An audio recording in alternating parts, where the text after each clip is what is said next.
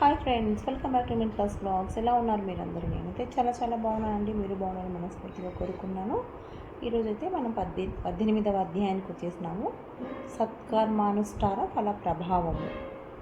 ఓ మునిచంద్ర, నీ దర్శనము వలన ధన్యుడనైతిని. సంశయములు తీరినట్లు జ్ఞానోపదేశం చేసితివి. నేటి నుండి మీ శిష్యుడనైతిని. తండ్రి, గురువు, అన్న, దైవము సమస్తము మీరే. నా పూర్వ పుణ్య ఫలితం వలనే కదా మీ బోటి పుణ్యపురుషుల సాంగత్యం తటస్థించెను. లేనిచో నేను మహాపాపి అయ్యి మా ఆహారణ్యంలో ఒక మొద్దుబారిన చెట్టునై ఉండగా తమ కృప వలనే కదా మోక్షం కలిగినది కదా. మీ దర్శన భాగ్యం లేని ఎడల ఈ కీకారణ్యంలో తరతరాలుగా చెట్టు రూపంలో ఉండవలసిందే కదా. అట్టి నేనెక్కడా? మీ దర్శన భాగ్యం ఎక్కడా? నాకు సద్గతి ఎక్కడా? ప్రదాయినగు ఈ కార్తీక మాసం ఎక్కడా? పాపాత్ముడనగు నేనెక్కడా? ఈ విష్ణాలయమందు ప్రవేశించుటెక్కడా? ఇవన్నీ దైవికమగు ఘటనలు తప్ప మరొకటి కాదు. కానా నన్ను తమ శిష్యునిగా పరిగ్రహించి సత్కర్మలను మానవుడు ఎట్లు అనుసరించవలనో దాని ఫలమెట్టితో విశదీకరించుడని ప్రార్థించెను. ఓ ధనలోభా, నీవడిగిన ప్రశ్నలు అన్నీ మంచివే. అవి అందరికీ ఉపయోగార్థమైనటివి. కావున వివరించదను, శ్రద్ధగా వినుము. ప్రతి మనుజుడును ఈ శరీరమే సుస్థిరమని నమ్మి జ్ఞానశూన్యుడగుచున్నాడు. ఈ భేదము శరీరమునకే గాని ఆత్మకు లేదు. అట్టి ఆత్మజ్ఞానము కలుగుటయే సత్కర్మలు చేయవలనని సకల శాస్త్రములు ఘోషించుచున్నవి. సత్కర్మను ఆచరించి వాటి ఫలము పరమేశ్వర అర్పితము మొనరించిన జ్ఞానము కలుగును. మానవుడే జాతి వాడో ఎటువంటి కర్మలు ఆచరించవలనో తెలుసుకొని అటువంటివి ఆచరించవలెను. బ్రాహ్మణుడు అరుణోదయ స్నానం చేయక సత్కర్మలను ఆచరించినను వ్యర్థమగును. అటులనే కార్తీక మాసమందు సూర్యభగవానుడు తులారాశిలో ప్రవేశించుచుండగా, వైశాఖ మాసంలో సూర్యుడు మేషరాశిలో ప్రవేశించుచుండగా, మాఘమాసంలో సూర్యుడు మకర రాశిలో ప్రవేశించుచుండగా, అనగా ఈ 3 మాసముల యందును తప్పక నదిలో ప్రాతకాల స్నానం చేయవలెను. అటుల స్నానము ఆచరించి దేవతార్చన చేసిన ఎడల తప్పక వైకుంఠ ప్రాప్తి కలుగును. సూర్యచంద్ర గ్రహణ సమయములందు తదితర పుణ్యదినముల ఎందును స్నానము చేయవచ్చును. ప్రాతకాల స్నానం చేసిన మనుజుడు సంధ్యావందన సూర్య నమస్కారములు చేయవలెను. అట్లు ఆచరించని వాడు కర్మభ్రష్టుడగును.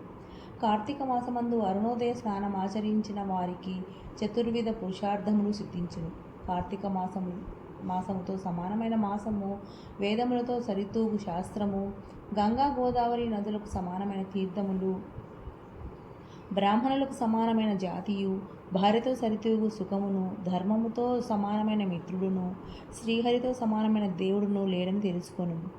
కార్తీక మాసమందు విద్యుత్ ధర్మంగా స్నానాదులు ఆచరించి వారు 1,000,000 యాగములు చేసిన ఫలితమును పొంది వైకుంఠమునకు పోవుదురు అని అంగీరసుడు చెప్పగా విని మరలా ధనలోభుడు ప్రశ్నించెను. ఓ మునిశ్రేష్ఠ, చతుర్మాస వ్రతము చెప్పితిరే, ఏ కారణం చేత దానిని ఆచరించవలెను? ఇది వరకెవరైనా ఈ వ్రతమును ఆచరించినారా? ఈ వ్రతం యొక్క ఫలితమేమి? విధానమెట్టిది? సవివరంగా చెప్పమని కోరెను.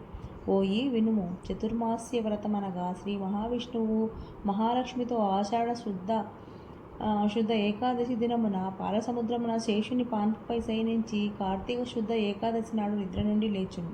ఆ 4 మాసములకే చాతుర్మాస్య వ్రతమని పేరు. అనగా ఆషాఢ శుద్ధ ఏకాదశి శయన ఏకాదశి అనియు, కార్తీక శుద్ధ ఏకాదశి ఉత్థాన ఏకాదశి అనియు ఈ వ్రతమునకు చాతుర్మాస్య వ్రతమనియు పేర్లు. ఈ 4 మాసములలో శ్రీహరిని ప్రీతి కొరకు స్నాన, దాన, జప, తపాది సత్కార్యాలు చేసినచో పూర్ణ ఫలము కలుగును. ఈ సంగతి మహావిష్ణువు వలన తెలుసుకుంటుంది. కావున నీకు తెలియచేయుచున్నాను.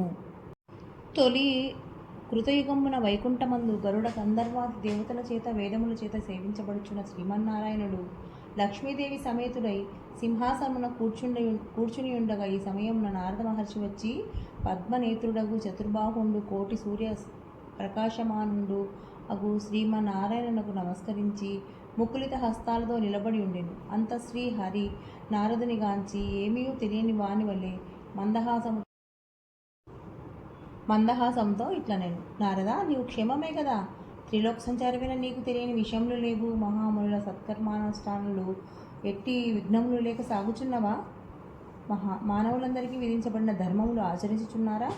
ప్రపంచంలో ఏ అరిష్టములు లేక ఉన్నవి కదా అని కుశల ప్రశ్నలు అడిగాను. అంత నారదుడు శ్రీహరికి ఆదిలక్ష్మికి నమస్కరించి, ఓ దేవా, ఈ జగమున నువ్వు ఎరుగని విషయములేవీనూ లేదు. అయినను నన్ను వంచింపుటనుటచే విన్నవించుచుంటిని. ప్రపంచమున కొందరు మనుషులు మునులు కూడా తమకు విధించిన కర్మలను నిర్వర్తించుటలేదు. వారెట్లు విముక్తులగుదురో ఎరుగలేకున్నాను. కొందరు భుజింపకూడని పదార్థములు భుజించుచున్నారు. కొందరు పుణ్యవ్రతములు చేయుచు అవి పూర్తి కాకమునిపే మధ్యలో మానివేయుచున్నారు. కొందరు సదాచారులుగా, మరికొందరు అహంకార సహితులుగా, పరనిందా పరాయణులుగా జీవించుచున్నారు. అట్టి వారిని సత్కృపతో పుణ్యాత్ములను నర్చి రక్షించు అని ప్రార్థించును. జగన్నాటక సూత్రధారియగు శ్రీమన్నారాయణుడు కలవరపడి లక్ష్మీదేవితో, గరుడ గంధర్వాది దేవతలతో వేల కొలది మహర్షులున్న భూలోకానికి వచ్చి ముసలి బ్రాహ్మణుల రూపంలో ఒంటరిగా తిరుగు ప్రపంచమంతను తన దయావలోకమున వీక్షించి రక్షించుచున్న దామోదరుడు ప్రాణులను భక్తి శ్రద్ధలను పరీక్షించుచుండెను. పుణ్యనదులు పుణ్యాశ్రమములు తిరుగుచుండెను. ఆ విధముగా తిరుగుచున్న భగవంతునిగాంచి కొందరు ముసలివాడిని ఎగతాళి చేయుచుండిరి. కొందరు ఈ ముసలివానితో మనకేమి పని అని ఊరకుండిరి. కొందరు గర్విష్ఠులైరి. మరికొందరు కామార్తులై శ్రీహరిని కన్నెత్తి అయినను చూడకుండిరి. వీరందరినీ భక్తవత్సలులకు శ్రీహరిగాంచి వీరిని ఎట్లు తరింపజేతునా అని ఆలోచించుచు ముసలి బ్రాహ్మణ రూపమును విడిచి శంఖచక్ర గదా పద్మ కౌస్తుభ వనమాల్యాలంకారయుతుడై నిజరూపమును ధరించి లక్ష్మీదేవితోడను భక్తులతోడను మునిజన ప్రీతికరమగు నైమిషారణ్యమునకు వెడలెను. ఆ వనమందు తపస్సు చేసుకొనుచు మునిపుంగవులను స్వయముగా తమ ఆశ్రమము కరుదించి సచ్చిదానంద స్వరూపుడగు శ్రీమన్నారాయణుని దర్శించి భక్తి శ్రద్ధలతో ప్రణమిల్లి అంజలి ఘటించి ఆదిదైవములగు శ్రీ లక్ష్మీనారాయణునిట్లు స్తోత్రముగాంచిరి.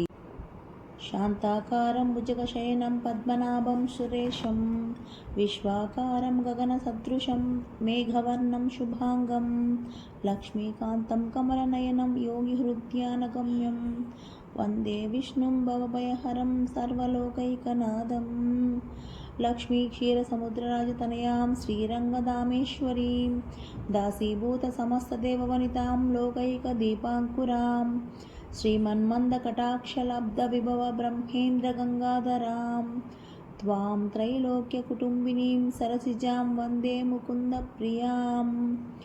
ఇట్లు స్కాంద పురాణాంతర్గత వశిష్ఠ ప్రోక్త కార్తీక మహాత్మ్యమునందలి 18వ అధ్యాయము 18వ రోజు పారాయణము సమాప్తము. ఇది అండి ఈరోజు వీడియో కనుక నచ్చినట్లయితే ప్లీజ్ లైక్ చేయండి. దాంతోపాటు ఓం నమః శివాయ అని ఒక కామెంట్ చేయండి. కొత్త వాళ్ళు ఎవరైనా నా ఛానల్ చూస్తున్నట్లయితే సబ్స్క్రైబ్ చేసుకోండి. Thank you for watching this video.